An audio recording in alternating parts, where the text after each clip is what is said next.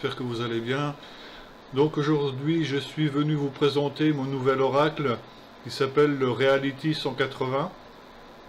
J'avais commencé à faire un premier jet l'année dernière où j'avais fait cet oracle. Il y avait 60 cartes. Et bon, il y avait un aspect qui était un peu plus ou moins pratique dans l'utilisation, des cartes en doublon. Donc du coup je me repenche un petit peu sur le sujet. Et j'avais envie de vous présenter un nouvel oracle. Donc du coup, il n'y aura que 57 cartes, c'est déjà pas mal. 57 cartes. Je vais vous présenter de suite les cartes. Voilà. Donc voilà les 57 cartes. Elles sont numérotées de 1 à 57, avec la première qui est Alpha. Donc Alpha, vous retrouvez donc là la première lettre de l'alphabet grec. Elle porte le numéro 1. C'est le début, c'est le commencement. C'est généralement la carte Alpha arrive après avoir tourné une page. Donc c'est le début, la naissance de quelque chose de nouveau, peut-être un nouveau apprentissage ou un projet qui débute. Ensuite nous avons l'adversaire. Donc l'adversaire, ça peut être aussi tout ce qui est méchanceté. La méchanceté, ça peut être la difficulté face à certaines personnes. C'est aussi de peut-être se méfier de certaines personnes. Tout le monde ne nous souhaite pas forcément de belles choses. C'est l'adversaire, c'est l'adversité. La carte numéro 3, c'est l'amitié. Donc là, ça représente bien ce que ça veut dire. Les amis, les sorties, les moments, les plaisirs entre amis, de se retrouver, de rire, c'est fêter les choses, les festivités, c'est aussi pas mal de choses en lien avec cette carte. Ensuite nous avons la carte numéro 4 qui est l'amour, qui est très bien représentée par cette photo assez lumineuse avec le soleil au milieu, où vous avez ce couple qui se regarde dans le blanc des yeux. Donc voilà, l'amour, c'est une des formes donc on peut représenter l'amour.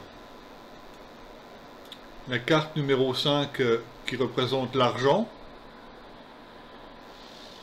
Ça peut être la richesse, ça peut être une rentrée d'argent, ça peut être un épargne, ça peut être un héritage, c'est tout ce qui touche à l'argent. Ça peut être aussi une augmentation. La carte numéro 6, c'est l'arme. Donc l'arme, elle, en elle-même, représente la difficulté. Peut-être aussi que parfois il faut se battre pour y réussir, se défendre. Donc il faut se préparer, avoir ses armes pour pouvoir avancer. C'est peut-être aussi la difficulté, ou peut-être que certains peuvent nous envoyer des pics ou nous mettre des bâtons dans les roues. Donc c'est s'armer face à la difficulté. La carte numéro 7, c'est le boomerang. Donc elle, le boomerang, c'est le juste retour des choses. Vous savez très bien que le boomerang revient toujours à celui qui l'a lancé.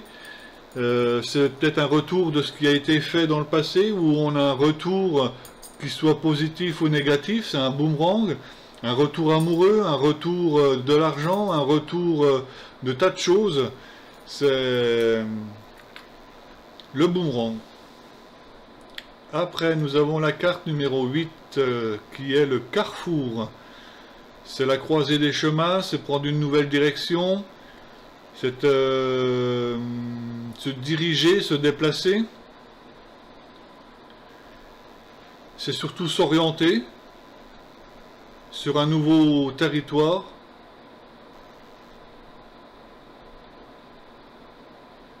Une certaine manière d'évoluer et d'avancer sur un nouveau but. La croisée des chemins. La carte numéro 9, c'est la chance, donc avec un trèfle. Donc la chance, c'est le retour joyeux de la situation, un juste retour des choses.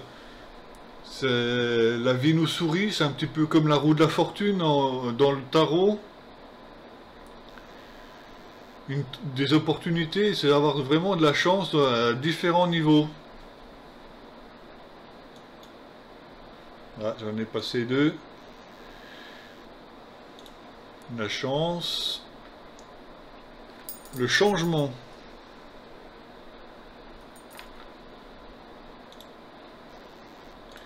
Donc le changement, c'est de franchir une étape. Là, on voit cet homme qui saute une falaise pour atterrir à un autre endroit dans le champ des possibles. Le changement, c'est aller de l'avant dans le positif, pouvoir élaborer de nouveaux projets. C'est se permettre aussi de pouvoir changer, d'évoluer et d'avancer. La carte numéro 11, c'est la clé. Là, c'est marqué succès, mais c'est bon, la clé, c'est aussi la solution à notre problème. C'est généralement la clé de la réussite, c'est la clé qui ouvre les portes. C'est la solution qui mène vers le succès. La carte numéro 12, c'est la communication. La communication, ça peut être les échanges téléphoniques, par email, par messagerie instantanée, Internet, les réseaux sociaux. La communication verbale en présentiel. Donc c'est un peu la communication sur toutes ses formes. La carte numéro 13, c'est le contrat. Un accord. Contrat de travail, signature d'un contrat d'achat d'une maison. C'est signature et compromis. 14, le désert. Donc le désert, lui en lui-même, généralement il fait chaud dans le désert, c'est sec, c'est aride, il ne se passe pas grand chose. Quand c'est désertique, il n'y a rien, rien ne pousse, c'est pas fertile. Donc le désert, c'est généralement dans une situation qui stagne depuis trop longtemps, ou qui veut dire aussi que si on ne fait pas quelque chose pour avancer, ça risque de rester tel que. La carte numéro 15, le doute. Donc là, je me suis un petit peu amusé avec la première image à droite, où j'ai fait un miroir, hein, juste pour occuper l'espace de la carte. Je trouvais que ça faisait un petit peu petit. Donc le doute, c'est le questionnement, c'est l'interrogation, c'est se poser beaucoup de questions. Peut-être que le mental tourne de trop dans notre tête. C'est laisser beaucoup à l'imagination. Et on est perturbé, on est interrogatif.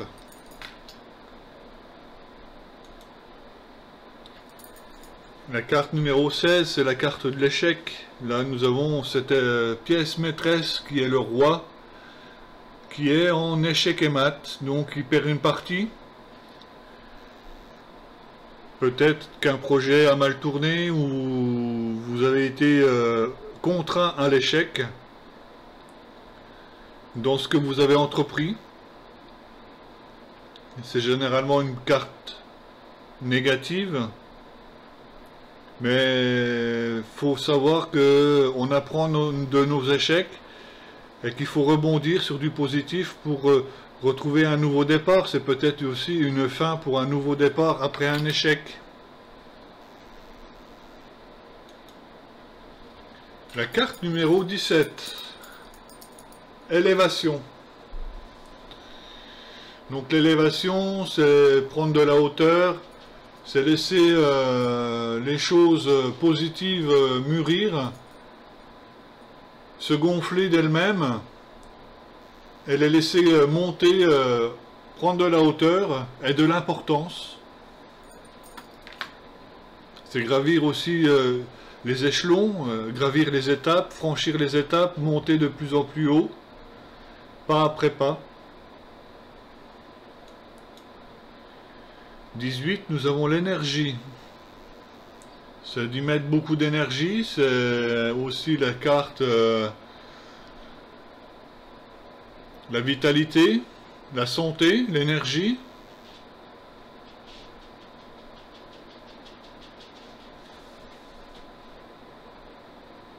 Mettre beaucoup d'énergie dans un projet. Ou parfois il va falloir qu'on y mette beaucoup d'énergie.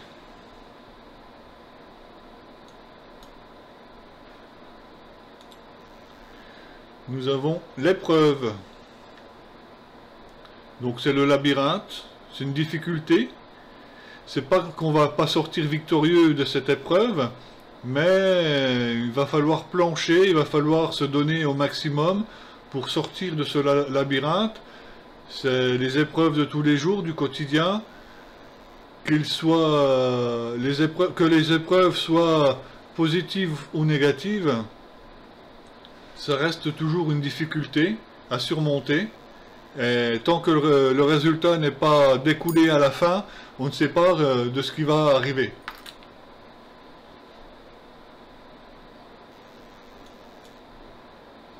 L'équilibre, quand les choses sont équilibrées, que ce soit sur le plan familial, sur le plan financier, sur le plan sentimental,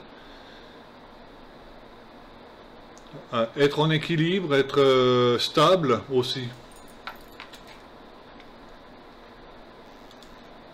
La carte 21, c'est l'éternité. Dans l'éternité, c'est le symbole de l'infini, un 8, où justement l'éternité symbolise aussi la stabilité à long terme, les projets à long terme qui vont pouvoir découler de ça.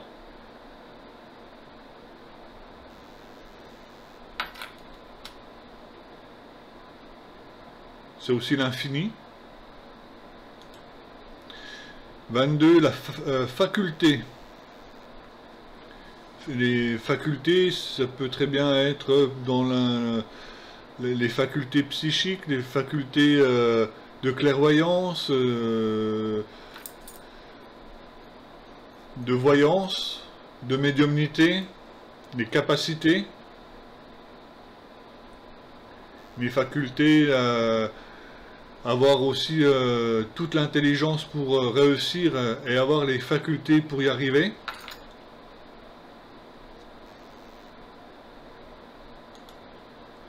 La carte numéro 23, la famille. Donc elle ne peut que représenter ce qu'elle dégage le plus, donc le cocon familial. Nous avons les grands-parents, les parents avec les enfants, donc le côté familial, c'est aussi le côté hiérarchie de la famille,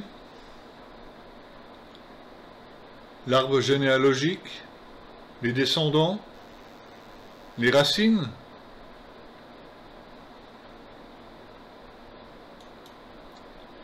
La carte numéro 24, c'est la fatalité. Ce qui doit arriver arrivera.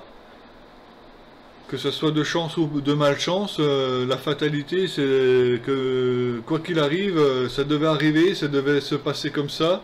On n'y peut rien, on est obligé de subir, mais ça ne veut pas dire qu'il faut laisser tout tomber.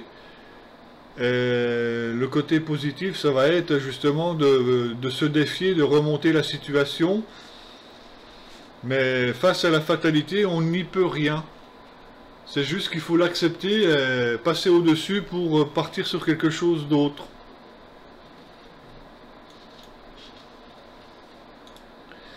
La carte 25, c'est la femme. C'est la consultante. En général, si la femme est consultante, ça peut être la mère de quelqu'un, par exemple, aussi. Ou la fille. La carte numéro 26, c'est la foudre. La foudre, ça représente quelque chose de soudain. Si cette carte est à côté de la carte de l'amour, c'est aussi le coup de foudre. Ce qui peut arriver soudainement, sans qu'on s'y attende. Ou quelque chose de rapide.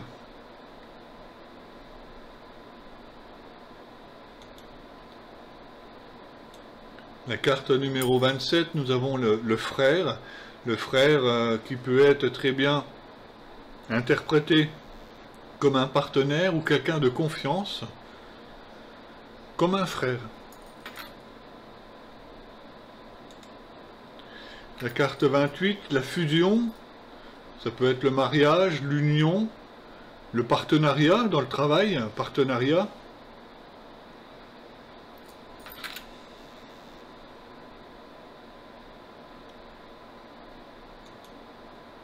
La carte 29, l'homme, qui peut être aussi le consultant.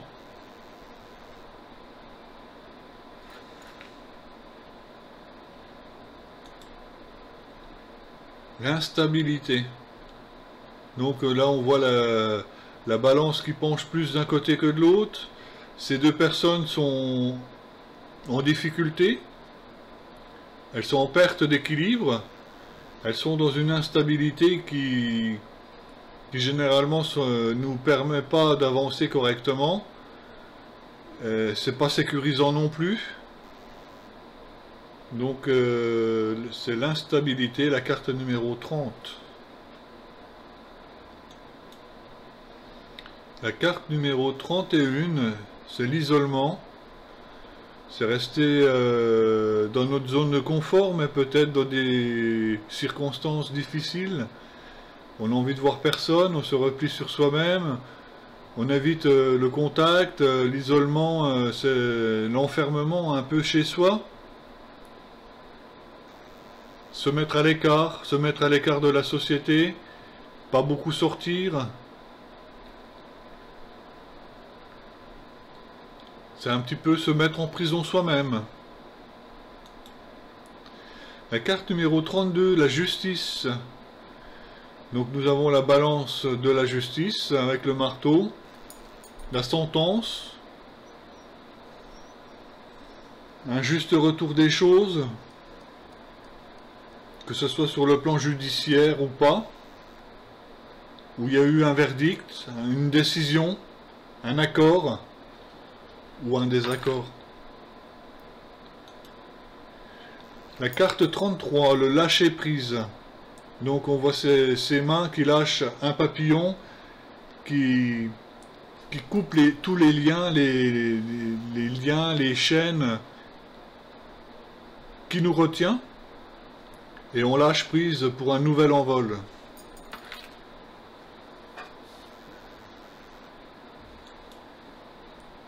La carte numéro 34, le temps. C'est le temps qui passe, c'est laisser faire le temps, où il va falloir du temps à ce que les choses se réalisent, ou c'est juste une histoire de temps. Le temps, en général, est notre meilleur allié.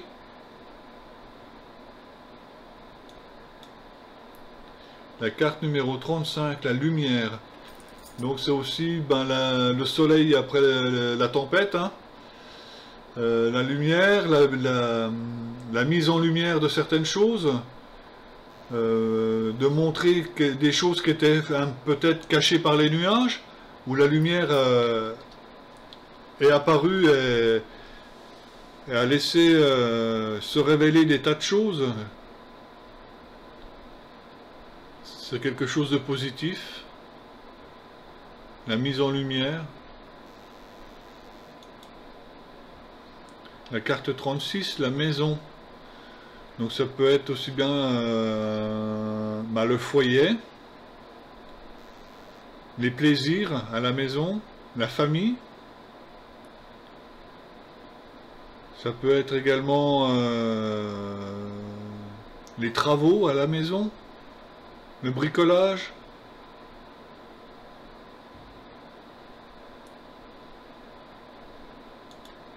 La carte 37, la mort.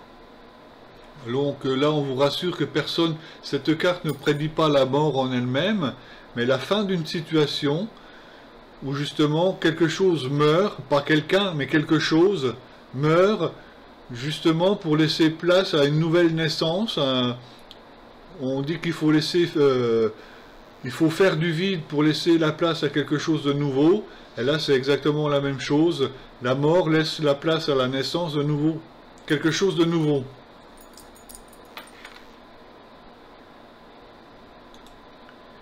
Le nadir, la carte 38, c'est la lumière au bout du tunnel, c'est vouloir essayer de voir enfin un peu plus de clarté dans notre quotidien,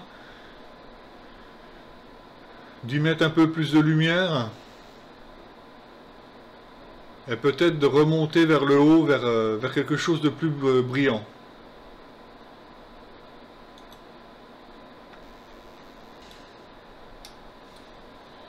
La carte 39, la carte de la naissance, qui peut être la naissance d'un heureux événement, un bébé, mais ça peut être aussi la naissance d'un projet, la naissance d'une relation, la naissance d'une nouvelle activité.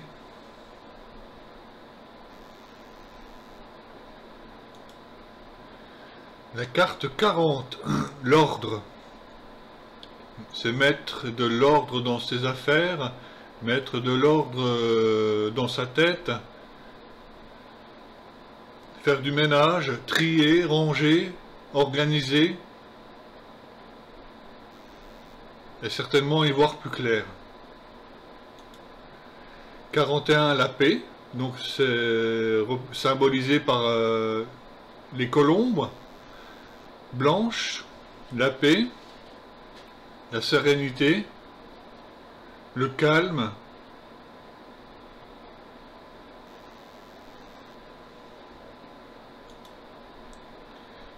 La carte numéro 42, c'est la porte.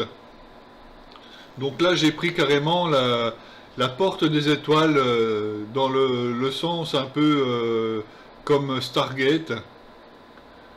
Donc la porte qui signifie aussi l'opportunité, c'est le passage à une autre étape, l'opportunité de démarrer quelque chose de nouveau avec un partenaire sur différents niveaux que ce soit. 43, la projection. Donc c'est aussi les peurs, la projection, c'est vouloir se projeter en essayant de ne pas avoir peur dans les projections qu'on se fait pour l'avenir. Projection vers le futur.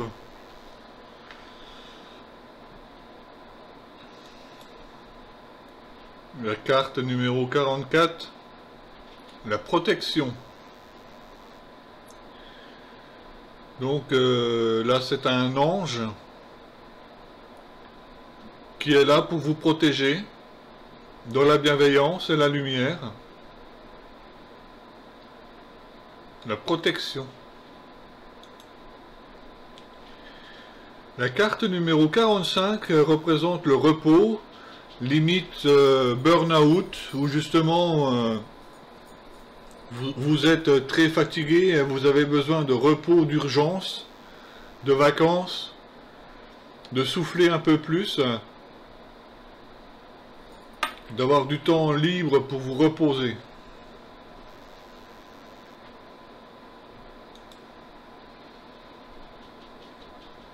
La carte numéro 46 représente le retard.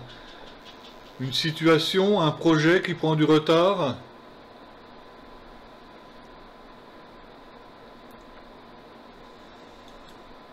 La carte numéro 47, le retour amoureux, où deux personnes se réconcilient.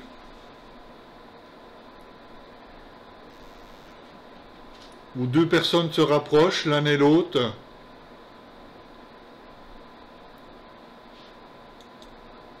La carte numéro 48, la réunion. Donc une réunion administrative dans une entreprise où sera décidé et pris des décisions. Donc on attend un verdict, on attend une réponse, où il va y avoir une concertation.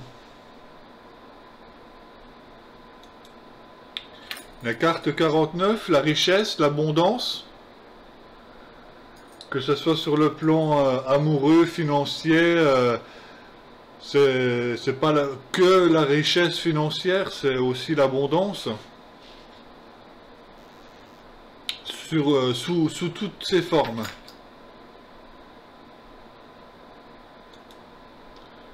La sagesse, la carte numéro 50. Donc la sagesse, c'est aussi l'introspection.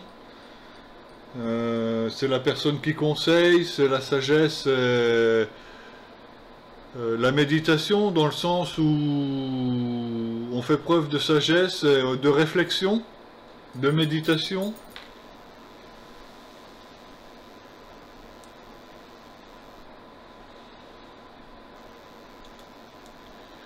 La carte 51, la science, c'est aussi également la représentation que l'on a toute l'intelligence possible pour réaliser tel ou tel projet, que ce projet va être très enrichissant sur un plan de la connaissance.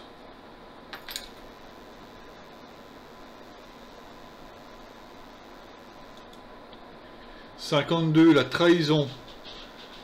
Donc la trahison, ça peut être la trahison sentimentale, amoureuse, l'adultère, la personne qui trahit son partenaire, qui la trompe, ou un ami qui nous a trahis.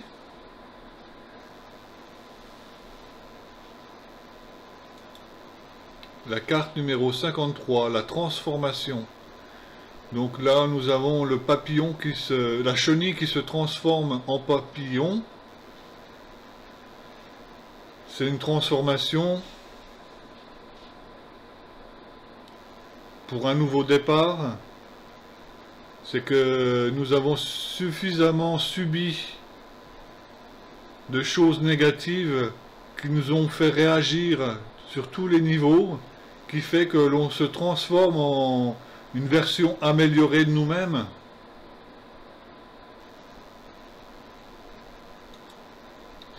Le travail, la carte numéro 54. Le travail, là on voit le travail à la chaîne. C'est un peu toutes les formes de travail, que ce soit dans les bureaux, en production, les artisans, ou voilà, c'est le travail en général. La carte numéro 55, la victoire. Donc c'est le succès, c'est savourer une victoire, une réussite. C'est d'avoir élaboré différents projets qui aboutissent, qui voient le jour.